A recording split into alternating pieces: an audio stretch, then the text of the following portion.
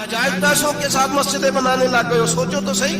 मेरे रसूल करीम हुजूर अलैहिस्सलाम फरमाते हैं, एक शख्स था बनी इसराइल का जो कोई मशरूब, कोई शरबत बेचता था, लेकिन उसमें पानी मिलाता था। यूं समझ ले दूध बेचता तो पानी मिला के बेचता। बड़े पैसे इकट्ठे कर लिए, एक लोमड़ी खरीद ली, खुशी के साथ उसको पाला, सुबह शाम उससे खेलता। एक दिन सोचा कि दरिया के उस पार जाता हूँ, वहां खूबसूरत खेत है, खलियान है, पहाड़ियां है, वहां जाके रहता हूँ। दरिया में जा रहा है, जहाज पे बैठा है, बहरी जहाज पे, एक बहुत बड़ा डंडा दरिया में लगा हुआ है, इतनी सारी अशरफियों की थैली भरी हुई है, वो बड़ा ऊंचा लगा हुआ है, वो सुतून चढ़ कोई नहीं सकता। अचानक उस लोमड़ी ने उठाया उस थैले को और उस सुतून पे चढ़ गई।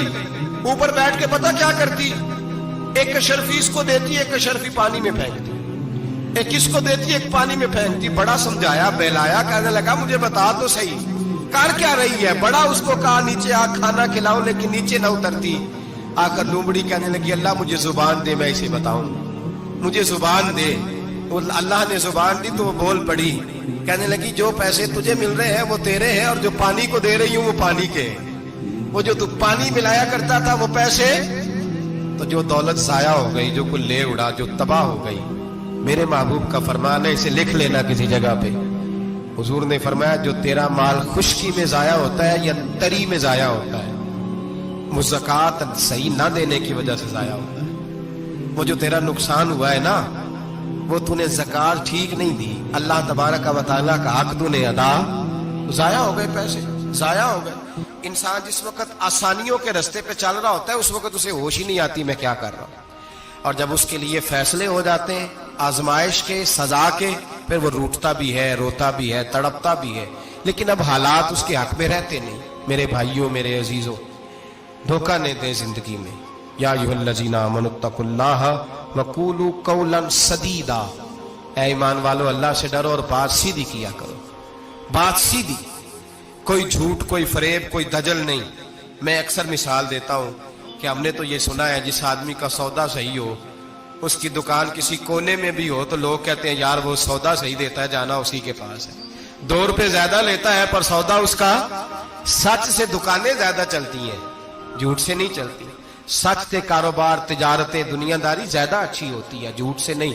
मकर न करें, धोखा न दें, फरेब न करें, फ्रॉड न करें, अपनी जिंदगी उसूलों पर कायम करें।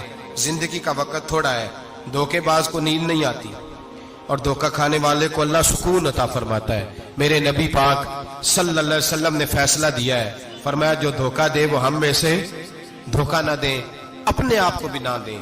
हम अपने आप के साथ भी धोखा करते हैं, अपने आप। ये जान अल्लाह ने नरम और नाजुक पैदा की है, जब इसे जहन्नम का ईंधन बनाते हो तो अपने साथ धोखा करते हो, जब गुनाह करते हो तो इसे मैला करते हो, अपने साथ धोखा करते हो। अपने आप के साथ भी इंसाफ करें। अल्लाह के हबीब अलैहिस्सलाम ने फरमाया तेरी जान का भी तेरे ऊपर हक है, उस हक को भी अदा कर। मेरे रसूल करीम अलैहिस्सलाम ने एक मिसाल बयान फरमाई। एक शमून नाम के बुजुर्ग थे, बनी इसराइल से ताल्लुक था, बड़ी इबादत करते थे, 1000 साल इबादत फरमाई, सारी रात नफल पढ़ते, सारा दिन रोजा रखते, और फिर रोजा रख के तो काफिरों से जिहाद करते, सारी जिंदगी जिहाद में गुजारी। जिस जंग में गए अल्लाह ने फतह अता फरमाई। ये जरा सोचिए कि जिसका तज़किरा मेरे नबी पाक फरमा रहे हैं वो कितना बड़ा आदमी होगा।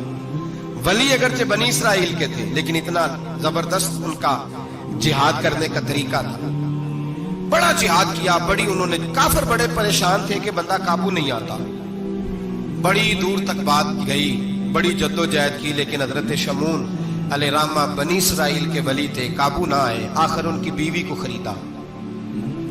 और ये 1-2 मिसालें बीवियों की आ गई हैं, खामद भी बिकते हैं, याद रखना, भाई भी बिकते हैं। इल्ला माशाल्लाह जब कोई बिकने पे आता है तो फिर वो अपने मेयार को कायम नहीं रखता, फिर लोग गिर जाते हैं मेयार से। बीवी को खरीदा, कहने लगे तूने इसके साथ रह के क्या वक्त गुजारा है? कहने लगी कोई सुख नहीं पाया, एक वक्त रोटी, एक वक्त की भूख, दरवेशी का दर्ज देता है, कुछ भी नहीं मिला। हजरत शमून अलैहिर्रहमा की बीवी जब खरीदी गई, कहने लगे जब ये, चूंकि ये कम सोते हैं और जितनी देर सोते हैं गहरी नींद सोते हैं, जब गहरी नींद सो जाए तो रस्सियों के साथ जकड़ देना। इमाम गजाली अलैहिर्रहमा ने इसको लिखा है, रस्सियों के साथ जकड़ दिया बीबी ने حضرت شمون اٹھے نہ تو اپنے آپ کو رسیوں سے بندھا ہوا دیکھا، اللہ اکبر کہا، جب اللہ اکبر کہا تو ساری رسیاں ٹوٹ گئی۔ بیوی سے کہنے لگے تو نے کیوں باندھا؟ اس نے پھر دھوکہ دیا، کہنے لگی ہر جنگ میں لوگ آ کے بتاتے تھے تیرا خاوند بڑا دلیر ہے، میں نے کہا میں بھی دیکھوں کتنا دلیر ہے۔ سارے ایک نیا رنگ، ایک نیا روپ، ایک نیا طریقہ، تو میں نے تو آزمایا ہے، اور یہ تو چھوٹی چھوٹی رسیاں تھیں۔ آپ فرمانے لگے چلو ٹھیک ہے، اگر تو نے آزمایا ہے تو پھر دیکھ بھی لیا ہے۔ کچھ دنوں کے بعد اس نے زنجیروں سے باندھ دیا، لوہے کی زنجیروں سے، اٹھے تو بندھا ہوا پایا، اللہ اکبر کا تو زنجیریں بھی ٹوٹ گئیں۔ فرمانے لگے یہ تو نے کیا کیا؟ کہنے لگی دیکھنا چاہتی تھی، کچی رسیاں تو توڑ دیتے ہو، زنجیریں بھی ٹوٹتی ہیں کہ نہیں؟ ہاں بھائی ٹھیک آ کے لوگ بتاتے ہیں تو واقعی دلیر ہے، ہر جنگ میں کامیاب ہوتا ہے۔ اب قریب بیٹھنے لگی، کھانا اپنے ہاتھوں سے کھلانے لگی، فریب کرنے لگی، دھوکہ دینے لگی، کہنے لگی بتاؤ تو صحیح طاقت کا راز کیا ہے؟ مومن نرم دل ہوتا ہے، ایک دفعہ کوئی مسکرا کے پاس آتا ہے تو سمجھتا ہے کہ شاید یہ میرا خیر خواہ ہے، اس لیے مومن دھوکے کھاتے ہیں، دھوکے دیتے نہیں۔ جب اس نے محبت کے لب و لہجے میں بات کی تو جناب شمون کہنے لگے اور تو میں کسی چیز سے قابو نہیں آ سکتا، بال ان کے لمبے لمبے تھے، بیٹھتے تھے تو نیچے بال آتے تھے، ہماری شریعت میں جائز نہیں۔ نبی پاک صلی اللہ علیہ وسلم نے زلفے کانوں تک کی اجازت دی ہے، کندھوں تک کی اجازت ہے، کندھوں سے نیچے بال آئے تو حرام لکھا ہے اعلیٰ حضرت، کندھوں سے نیچے جائز نہیں۔ ان کے بال بڑے لمبے تھے، بیٹھتے تھے تو نیچے دب جاتے تھے۔ حضرت شمون کہنے لگے مجھے دنیا کی تو کوئی طاقت نہیں باندھ سکتی، ہاں میرے بالوں سے مجھے باندھ دیا جائے تو پھر نہیں میں اٹھ سکتا۔ بس اس کے ہاتھ بات آ گئی، اس نے کھانا بھی کھلایا، اس نے بستر بھی بچھا کے دیا، پیر بھی دبائے، جب سو گئے تو اس نے ان کے بالوں سے انہیں باندھ دیا، اور کافروں کو جا کے بتایا کہ آج نہیں کھول سکے گا۔ جب اٹھے تو بندھا ہوا دیکھا، بیوی کی طرف دیکھا، کہا تجھے خیال نہیں آیا کھول دے؟ کہنے لگی ساری زندگی غربت دی تو نے، یہ دیکھ مجھے ہیرے ملے ہیں، کنگن ملے، یہ دیکھ میرے کانوں میں ہیرا، سونا چاندی ہر چیز، چل جا، تیرا کیا کرنا ہے؟ ساری رات عبادتیں، سارا دن تو ذکر فکر اور جہاد میں گزار دیتا۔ دھوکہ دیا۔ ان کافروں نے آ کے ستون کے ساتھ چارپائی اٹھائی اور ستون کے ساتھ کھڑی کی، پھر رسیوں اور زنجیروں سے باندھا۔ اللہ کے ولی کا سب سے پہلے ناک کاٹا، پھر تلوار کے ساتھ کان کاٹے، پھر آنکھیں نکالی۔